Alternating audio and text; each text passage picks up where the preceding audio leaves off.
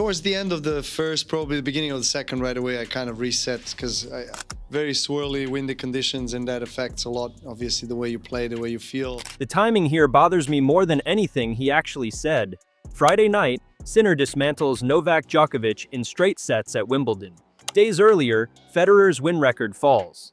Meanwhile, in Murcia, Carlos Alcaraz hits soft forehands on camera, while Boris Becker publicly doubts his return.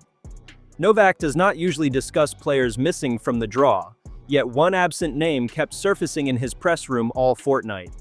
That detail alone deserves suspicion, because after this brutal exit, Djokovic finally sends a message to the injured Spaniard, and it is shocking enough that nobody covering this sport, arguably not even Carlos's own camp, expected it.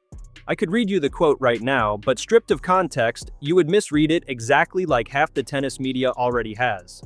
Remember, this is the same man who cut off a reporter this week with one word: wrong, angry, drained, 39. Yet the words he chose for Carlos carried none of that edge. This moves past gossip into legacy territory.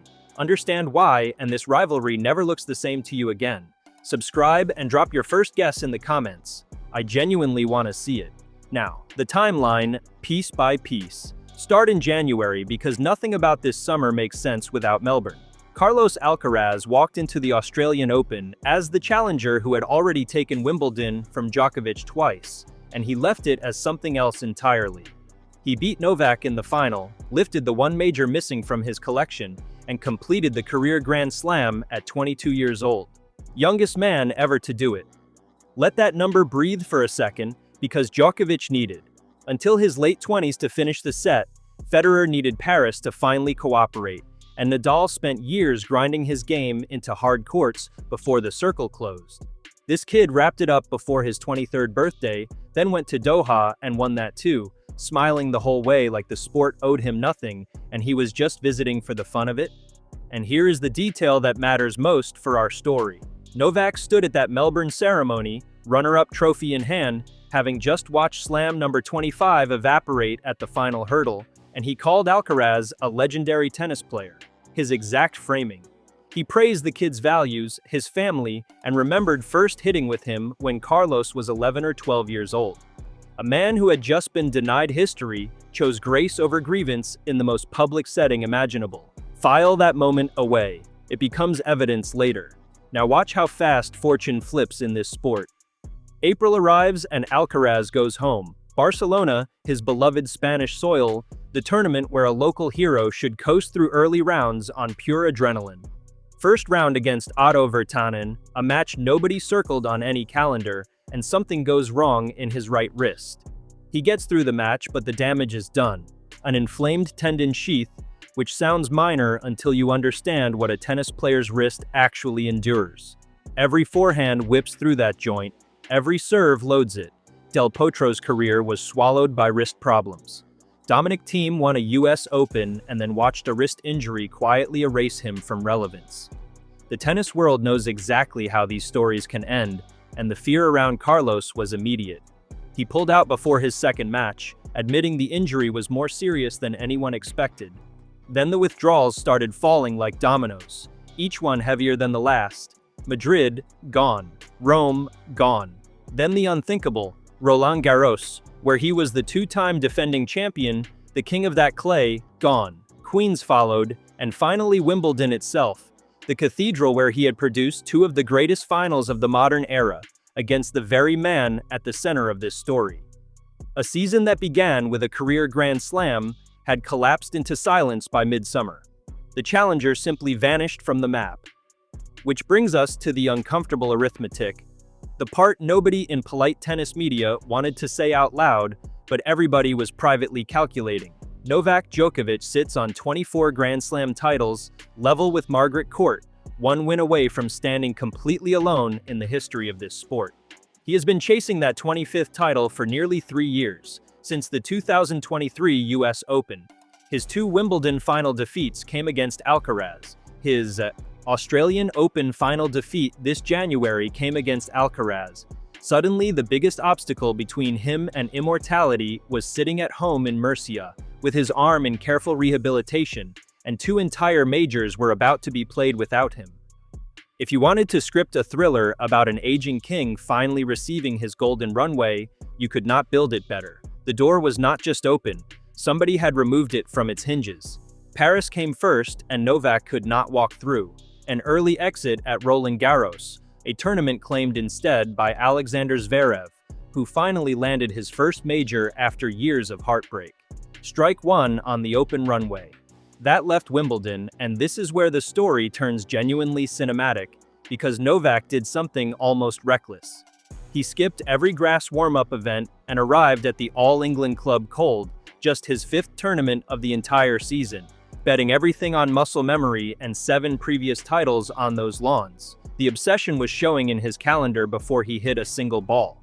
This is a man who has publicly admitted the 25th slam is the reason he still drags himself onto practice courts, and his schedule proved he meant every word. Nothing else existed for him anymore. For 10 days, the bet looked like genius. He moved through the draw, and along the way he took something from Roger Federer that many assumed untouchable, the record for most men's singles match wins at Wimbledon. Win number 106 came on Federer's own sacred grass. Then came the quarterfinal, and honestly, matches like this are why any of us watch sports at all. Felix Auger-Aliassime pushed him for 5 hours and 15 minutes, the longest men's quarterfinal in the entire history of the championships. Djokovic hurt his calf in the first set. He was 39 years old, visibly compromised, facing a man 16 years younger, and he refused to fold. 5 sets, a string of tie-breaks, a center court crowd losing its collective mind, and somehow the old man walked off the winner. His brother Marco later posted an emotional tribute on Instagram, writing that he felt privileged just to have Novak as a brother. Even his own family was watching this run through their fingers. That victory was the summit. Physics collected its debt 2 days later. Jannik Sinner, the defending champion and world number 1, walked onto center court on Friday evening and delivered one of the most complete performances of his life. In the opening set, he lost 4 points on his own serve. 4. Novak earned exactly 1 break point across the entire match, and Sinner erased it without blinking. The scoreboard read 6-4, 6-4, 6-4, and it flattered nobody. 2 hours and 20 minutes of controlled demolition. Novak himself, sitting in the press room afterward, described it with brutal honesty as a good old blowout, admitting Sinner was simply the better player, a level or more above him, and that nothing he tried would have changed the outcome. But the press conference is where the cracks really showed, and this is the material worth slowing down for. A reporter opened a question by suggesting Novak seemed more competitive this year than last. Novak cut him off with a single word: wrong. No elaboration at first, just that flat correction hanging in the air, a champion rejecting a compliment because the compliment measured him against a standard he considers beneath him. When he finally expanded, the honesty turned almost painful. He laid out his season, 1 final and 1 semifinal, from 3 majors, and acknowledged that for 99% of players, that would be a dream year. Then came the sentence that tells you everything about who this man is. He called himself blessed and cursed to be used to the highest degree of achievement, meaning good can never be good enough. Not for him, not ever. And then, away from the English-speaking cameras, switching into Serbian for the hometown press as players always do, he let the mask slip entirely.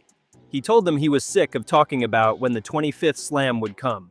His next words stopped me cold when I first read them. Maybe, he admitted, it never will. Sit with that for a moment.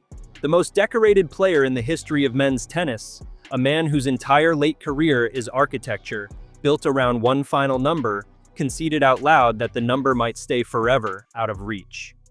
4 straight years now the new generation has ended his Wimbledon. Alcaraz in the finals of 2023 and 2024, Sinner in the semifinals of 2025 and now 2026.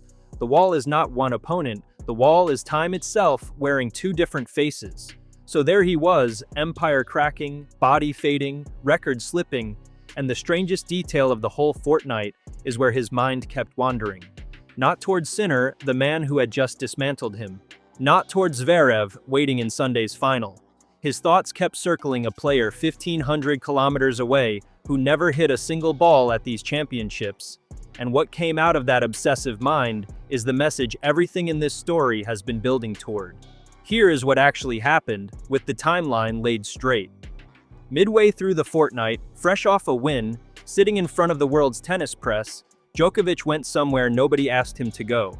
Alcaraz had spent months before his injury complaining about the tour calendar, about spending too much time away from home, about a season stretching from January to November that grinds players into dust. Plenty of veterans wave that talk away as youthful whining from a kid who wants trophies without the tax. Novak did the opposite, and he did it deliberately.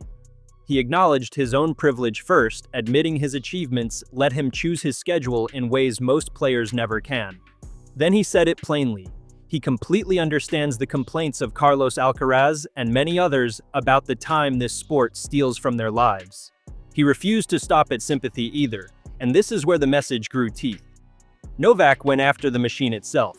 He pointed at injury statistics climbing year after year and connected them directly to the commercial engine of tennis. The constant push to stretch tournaments longer, to cram new events into a calendar already bursting at the seams, to squeeze economic value out of human bodies until those bodies file for bankruptcy. He described the organizations running this sport, the four majors, the ATP, the WTA, the ITF, as bodies too busy fighting each other to notice the players breaking underneath them. He called for genuine dialogue before tennis loses its next generation to the meat grinder. A man chasing history at 39 spent his precious press time defending the injured rival who has personally cost him 3 major finals. Read that back slowly, because the shock lives not in any single word, but in the direction the words travel. Every incentive Novak Djokovic has points the other way. Alcaraz absent means softer draws. Alcaraz broken means the 25th slam gets easier. A colder man says nothing, banks the advantage, and lets the kid's wrist quietly do the dirty work of clearing the path. Instead, Novak stood up in the middle of his own last chance tournament and told the world the sport is sick, using Carlos as his proof. The Alcaraz camp could not have seen that framing coming, and the pattern behind it had already been forming for months, while most of us were looking elsewhere. Rewind to late May, Roland Garros, before Novak's Paris campaign began. Speaking to Eurosport about his hopes for number 25, he answered the obvious tournament questions, and then, unprompted, he turned his attention to one man and delivered 13 words. "Carlos, I hope you recover well. Tennis misses you. See you soon, amigo." Amigo, not rival, not opponent, not the obstacle between me and history. In his pre-tournament press conference, he went further, calling Alcaraz's withdrawal a big blow for the tournament, and when reporters suggested the absence improved his own chances, he pushed the entire framing away, insisting his focus was his own battered body rather than whether the path had cleared. 2 separate moments, weeks apart, the same instinct surfacing both times. Warmth toward the one player holding the most power to deny him everything. Now stack the reactions around that Friday night loss, because the ripple tells its own story. Sinner took to X within hours of the semifinal, writing that it was always a pleasure to share the court with Novak and thanking him for the match. Gracious, respectful, and unmistakably the sound of a torch changing hands. Because if Sinner lifts the trophy this Sunday against Zverev, he and Alcaraz will have claimed 10 of the last 11 majors between them. 10 of 11. The duopoly is nearly complete, and both members of it grew up idolizing the man they now take turns retiring. Meanwhile, down in Murcia, Alcaraz posted his own update to Instagram, a short clip of him finally hitting soft forehands again, captioned with 3 Spanish words meaning on the right path. Hopeful, gentle, very Carlos. Then Boris Becker replied publicly and punctured the balloon, writing that it was nice to see him hit a little, but he remains far off, in Becker's honest estimation. One post, 2 opposite readings, and an entire fan base left arguing over whether their champion returns in August or disappears until next season. The machine naturally never stopped selling him for a single day. While Carlos was still doing forearm strengthening exercises, a fan account leaked what appears to be his Nike kit for the US Open, dark green with red and black detailing, a sharp turn from the pink and purple he wore in New York last year. Think about the absurdity of that image. The player cannot yet swing at full strength. His participation at Flushing Meadows remains genuinely uncertain. Doctors have not cleared him for unrestricted training, and the merchandise pipeline is already dressed for a title defense that might never happen.